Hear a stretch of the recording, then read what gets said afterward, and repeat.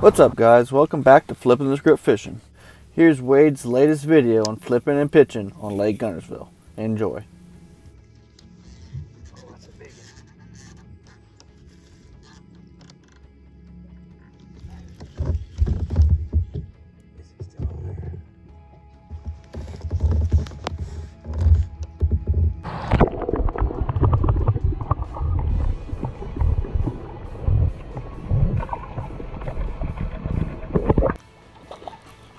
There we go. There we go. That's what I was looking for all day.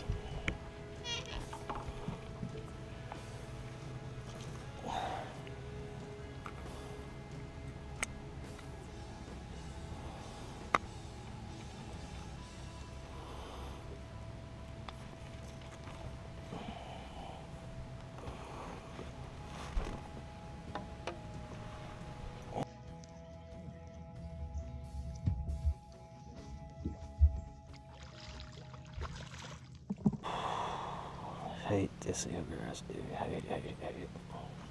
Caught some good fish around it, but man, it's a pain. There he is. Stay on there.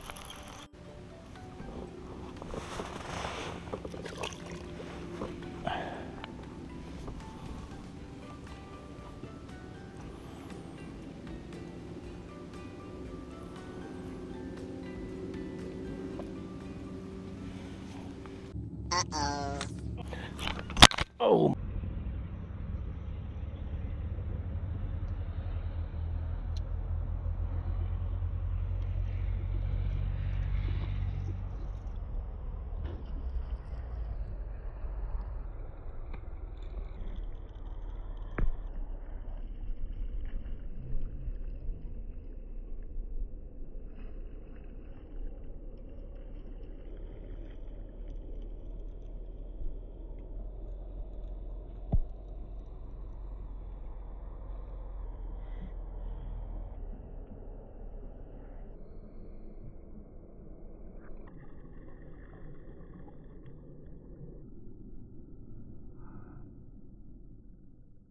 Guys, I just want to go over a quick tip on how to make longer pitches. But before I do that, I'm going to go over the bait and equipment that I was using today. This is a Riot Baits Fuzzy Beaver. I was pitching it on a 1 1/4 ounce swagger tackle pitching weight, and this is also their bobber stoppers. I like using 2 bobber stoppers anytime I'm pitching 5/8 or heavier. And this is 20-pound fluorocarbon line. I started using fluorocarbon to pitch with back in 2015. I do have a reel spooled up with braid, because occasionally you have to have braid. This is a Ardent Grand Reel, 7-to-1. This reel is great for pitching. This is a custom Tiger rods. Robbie at Victory Sportsman made this for me. Good job, Robbie. Love this rod. So, first of all, let's start with the shorter pitches. Anytime I can make a 10 or 15 foot pitch, that's ideal. It's efficient, it's quick. You can get in there and get out of there. Make a lot of pitches at the end of the day.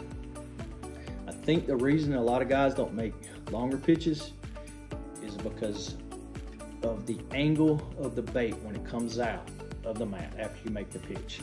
So for instance, the 10 or 15 foot pitch you make, when the bait goes in, the line's going to be mostly vertical. It's going to have a slight angle, but not enough for it to affect when you pull it out. The bait is going to basically come straight out of the mat, and that lessens your chances of the hook penetrating the plastic and getting hung into the mat. So with the longer pitches, the line is more horizontal. So therefore, when you pull it out, your chances are much greater that that hook's going to penetrate the plastic and grab a hold of the weeds and then of the mat. Then what you're going to have is a tug-of-war match, and when you do pull that bait out, that tungsten weight is usually flying back at you about 60 miles an hour, and that usually doesn't work out well for you or the boat. Ask me how I know.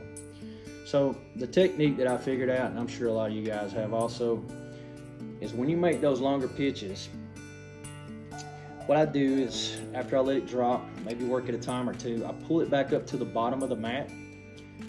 And then when I have that gauge, when I know where the bottom of the mat is, I drop my rod tip 3 to 6 inches, and then I make a quick pop, a quick snap on my rod.